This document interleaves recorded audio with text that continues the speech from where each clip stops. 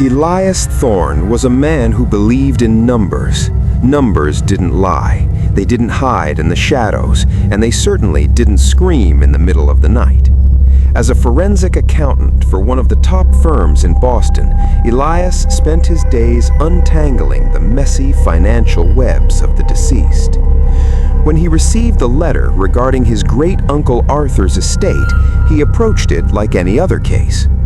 Arthur Thorne had been a recluse, living in a sprawling, decaying Victorian mansion tucked away in the dense forests of the West Virginia Panhandle. The town was called Blackwood Creek, a place so small it barely registered on a GPS. "You're actually going down there?" his colleague Sarah had asked while sipping her lukewarm espresso. "The guy was a hermit, Elias. The house is probably a biohazard." "It's a 3-story Victorian on 80 acres of timberland," Elias replied, clicking his pen.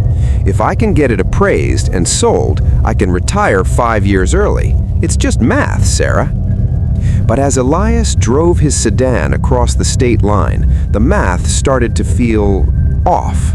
The trees grew taller, their branches interlacing over the narrow road like skeletal fingers. The air turned heavy, thick with the scent of damp earth and something metallic, like old coins or dried blood.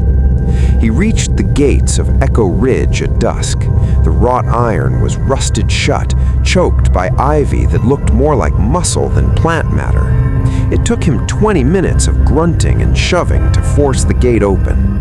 As the metal screeched against the stone, a murder of crows erupted from the nearby oaks, their cawing sounding unnervingly like mocking laughter. The house sat atop a jagged rise. It was a Gothic nightmare of gables, turrets, and windows that looked like hollow eyes. "Home, sweet home," Elias muttered, his voice sounding thin in the vast silence. The interior of the house smelled of cedar and rot. Elias spent the first night in the parlor, the only room that didn't feel like it was actively collapsing. He had brought a sleeping bag and a heavy-duty flashlight. He couldn't sleep. The house groaned, not the usual settling of wood, but a rhythmic, pulsing sound, like a giant heart beating deep beneath the floorboards. To distract himself, he began sorting through the boxes of paperwork Arthur had left behind in the study. Most of it was standard: utility bills, property taxes, old land deeds. But at the bottom of a heavy oak trunk, Elias found a ledger bound in skin, too thick to be cowhide, too supple to be pigskin. He opened it. Instead of standard accounting columns, the pages were filled with names, dates, and a column labeled interest accrued. 1894, Miller family, 3 lives, paid in full. 1922, Sarah Jenkins, 1 life, defaulted. 1956, the Henderson boys, 2 lives, pending. Elias frowned. His uncle's handwriting was frantic, the ink bleeding through the parchment. As he turned the pages, the dates crawled closer to the present. The very last entry was dated 3 days before Arthur died. 2025, Elias Thorne, 1 life, incoming. A cold sweat broke across Elias's neck. "Very funny, Arthur," he whispered, "a little post-mortem prank." Suddenly, the flashlight flickered. The beam grew dim, casting long, distorted shadows against the wallpaper. In the corner of the room, Elias saw a movement. It wasn't a person. It was a shadow that was darker than the darkness around it. It was crouched, its limbs elongated and multi-jointed, like a spider trapped in a human silhouette. It didn't attack. It just watched. Elias froze. His heart hammered against his ribs, a frantic, irregular rhythm. When he finally mustered the courage to shine the light directly into the corner, the shadow was gone. But on the floor, where the entity had stood, was a single silver coin. It was a Liberty Head nickel dated 1913. Elias knew his coins. Only 5 were ever known to exist. This one looked brand new, as if it had just been minted. He reached out to touch it, and the moment his skin contacted the metal, a voice whispered directly into his ear. "The debt must be serviced." The next morning, Elias drove into town. He needed coffee, a human voice, and perhaps a locksmith. The Blackwood Diner was a greasy spoon where the clock on the wall had stopped at 3:15 years ago. When Elias walked in, the conversation died instantly. 6 pairs of eyes tracked him as he sat at the counter. The waitress, a woman with skin like crumpled parchment and eyes that didn't quite match, poured him a cup of black sludge. "You're the Thorn boy," she said. It wasn't a question. "Elias, I'm Arthur's nephew." "We know who you are," a man in denim jacket muttered from the end of the bar. "You looked just like him before he started hiding, clean, unmarked." Elias cleared his throat. "I'm just here to settle the estate. I found some strange records in the house, a ledger." The waitress stopped wiping the counter. The diner went deathly silent. "You shouldn't have opened that book, honey," she whispered, leaning in. "Echo Ridge wasn't built on land. It was built on a bargain. Your family has been the collectors for the long man since the 1800s. You think that money in your bank account came from investments? Your uncle paid for your college tuition with the interest gathered from this town." Elias scoffed, though his hands were shaking. "This is a joke, right? Some local legend to scare the city guy?" "The long man doesn't care about jokes," the man in the denim jacket said, standing up. He pulled back his sleeve, revealing a series of deep, rhythmic scars, tally marks carved into his flesh. "I owe 3 more years. My daughter owes her whole life.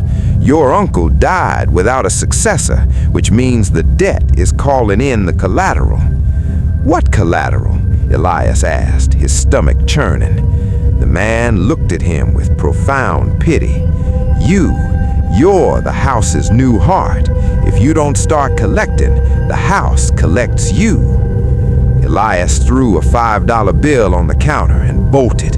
He didn't look back until he was in his car.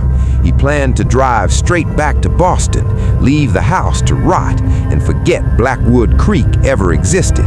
But when he turned the key in the ignition, the radio didn't play music. It played the sound of a heartbeat. Thump, thump, thump, thump. He looked in the rearview mirror. Sitting in the back seat was the shadow from the study. This time it had a face, or rather a pale, featureless mask with 2 burning embers for eyes. "Drive home, Elias," the mask whispered. "We have accounts to settle." The drive back to the estate felt like navigating a dream. No matter how hard Elias pressed the accelerator, the speedometer hovered at a steady 20 miles per hour. The trees leaned in so close that their branches scraped against the car's roof like fingernails on a coffin lid. The entity in the back seat was gone when he finally pulled into the driveway, but its presence lingered like the smell of ozone before a storm. Elias didn't go inside immediately. He stood in the overgrown yard looking up at the house. He was a man of logic, but logic was failing him.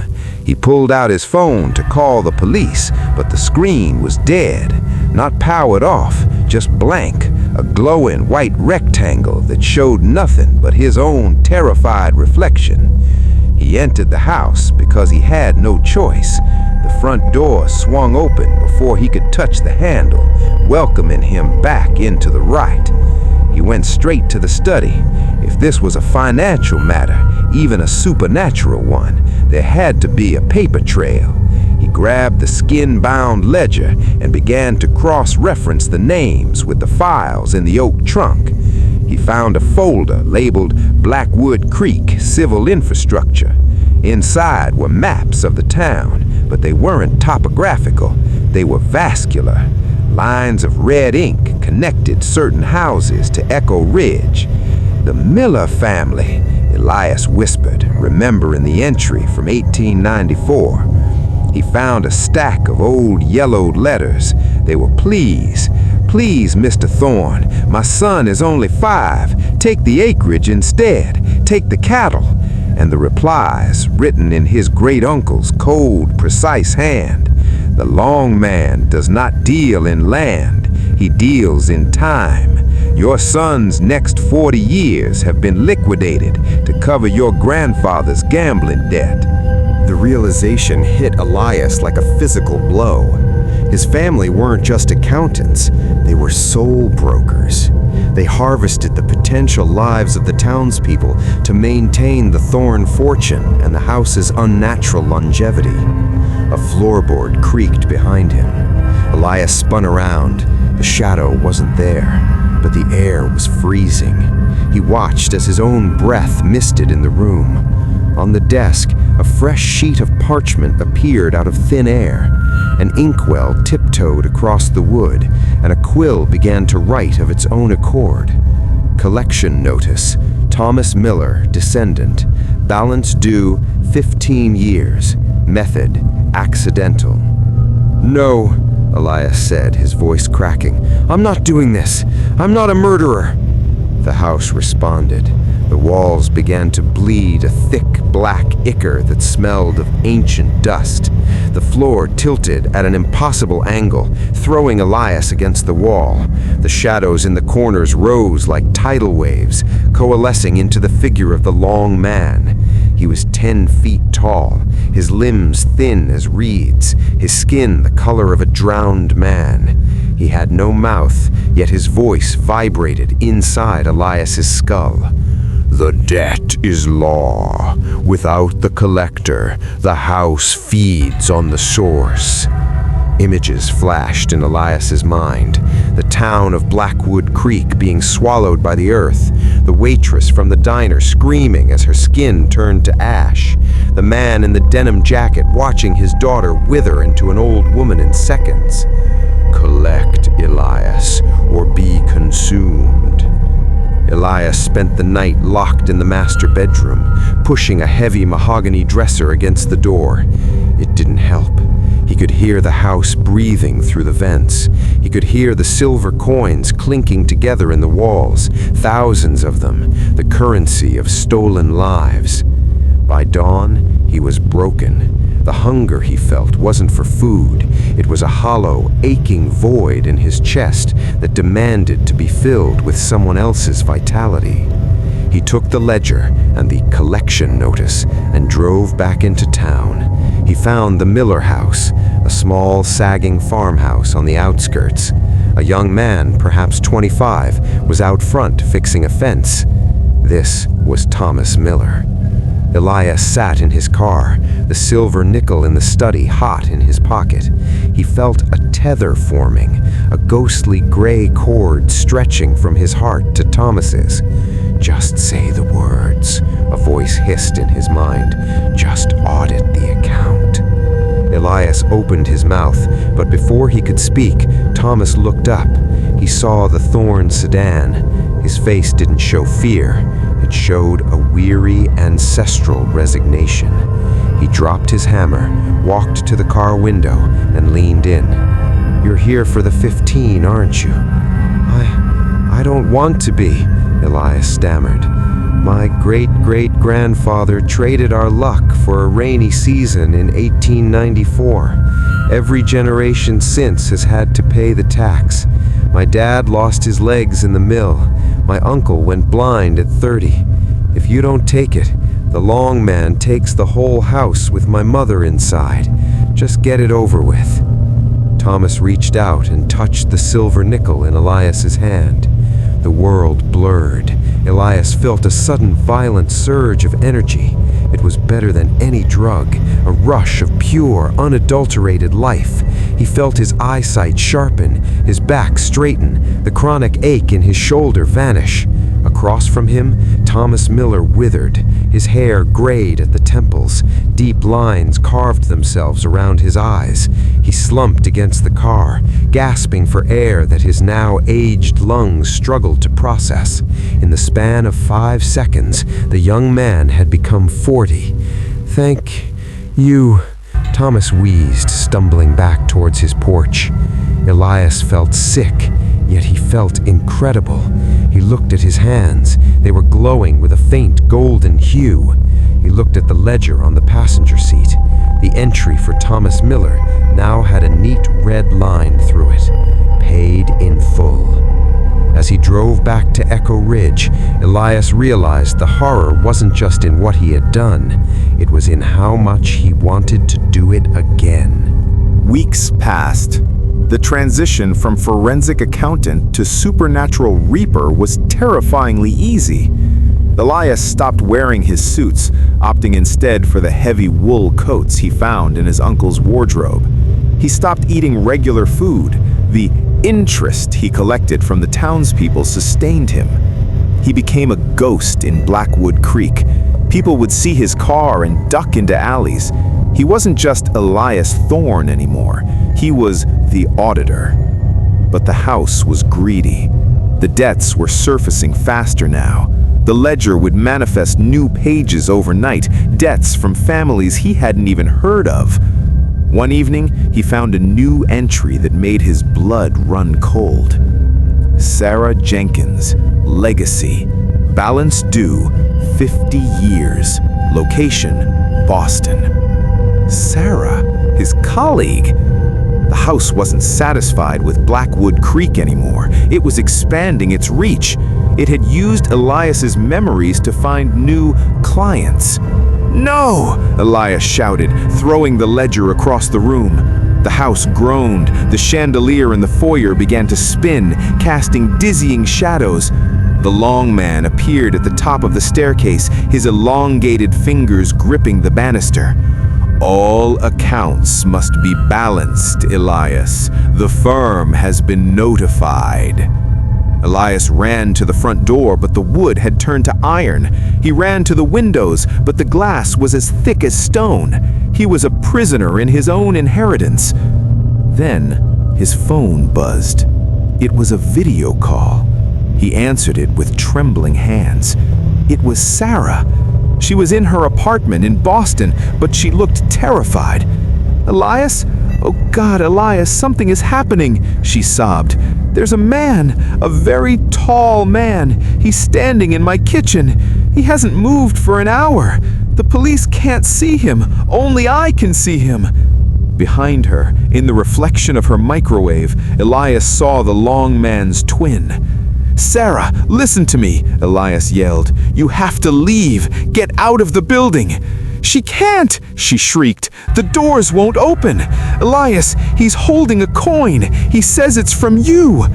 Elias looked down at his desk. A gold sovereign sat there, glowing with a malevolent light. It was the interest he had collected from Thomas Miller and the others. It was the payment Sarah's life was meant to cover. "Transaction pending," the house whispered. Elias watched the screen in helpless agony. Sarah was screaming now, a sound that bypassed his ears and clawed directly at his nerves. Through the graining video, he saw the long man's shadow in Boston stretch across her living room floor, rising up like a black tide. "Sarah, hang up! Throw the phone!" Elias roared, but his voice was drowned out by the sound of 1,000 clinking coins echoing through the halls of Echo Ridge. On the screen, Sarah stumbled back against her bookshelf.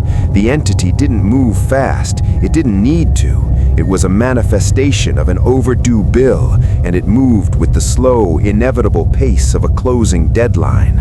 Suddenly, the gold sovereign on Elias's desk began to vibrate. It grew hot, scorching the wood.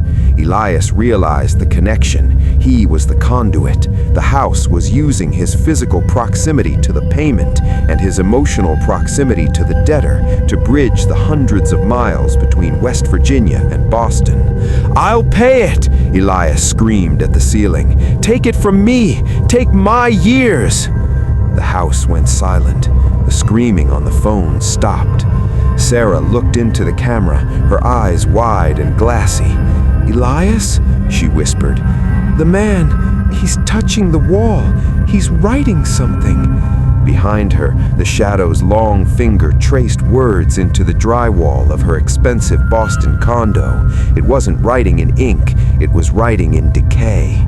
The wallpaper peeled, the wood rotted, and the plaster crumbled to reveal a message: substitution accepted, overhead increased. "Elias, what does that mean?" Sarah asked, her voice trembling. "It means you're safe," Elias whispered, his heart sinking. "I'm so sorry, Sarah. Don't ever try to find me." He smashed the phone against the floor. Instantly, a searing pain ripped through Elias's chest. It felt like a hot iron was being pressed into his ribs. He collapsed, tearing at his shirt.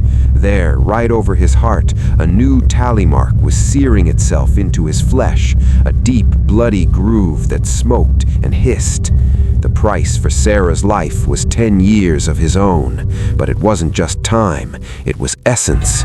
As the mark finished forming, Elias felt a part of his soul go cold, replaced by the damp, metallic logic of the house. He wasn't just the auditor anymore, he was becoming part of the ledger. Elias realized then that he couldn't just be the auditor. He had to understand the machinery of this curse if he ever hoped to break it. Armed with a crowbar and a heavy lantern, he descended into the one place he had avoided, the sub-basement. The stairs were made of packed earth and ancient salt-cured timber. As he descended, the temperature dropped until his breath came out in thick, frozen clouds. The walls here weren't stone. They were lined with thousands upon thousands of small wooden drawers, like an old apothecary's shop. Each drawer had a name and a date. Elias pulled one open. Samuel Thorne, 1742. Inside was a lock of hair and a single tooth. He pulled another, Ezekiel Thorne, 1810. Inside was a wedding ring and a dried eye.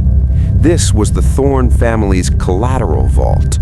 For centuries, his ancestors hadn't just collected years, they had collected pieces of people to act as anchors for the long man in this reality.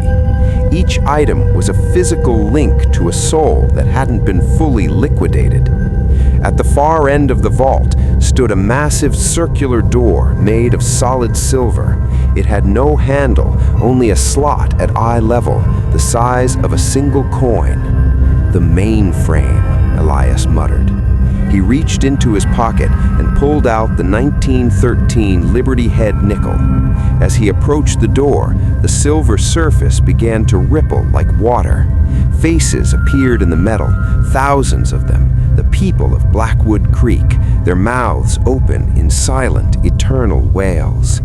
"Feed us," the door whispered. "The interest is compounding. The principal is due." Elias realized with horror that the debt his family managed wasn't a finite amount. It was an intergenerational Ponzi scheme. They were borrowing life from the future to pay for the sins of the past, and the long man was the entity that collected the brokerage fees. If Elias stopped collecting, the debt didn't vanish, it just accelerated. And if he died without an heir, the long man would claim the entire town as a final lump sum payment. Elias sat in the darkness of the vault for hours. He was a forensic accountant. He knew how to find the flaw in any system. He knew that even the most complex fraud had a zero-sum point, a place where the numbers had to balance or the whole thing collapsed. He began to read the ledger again, not as a victim, but as a professional. He looked at the very first entry, the one that started it all. 1712, Jedediah Thorne. Agreement, prosperity for the bloodline.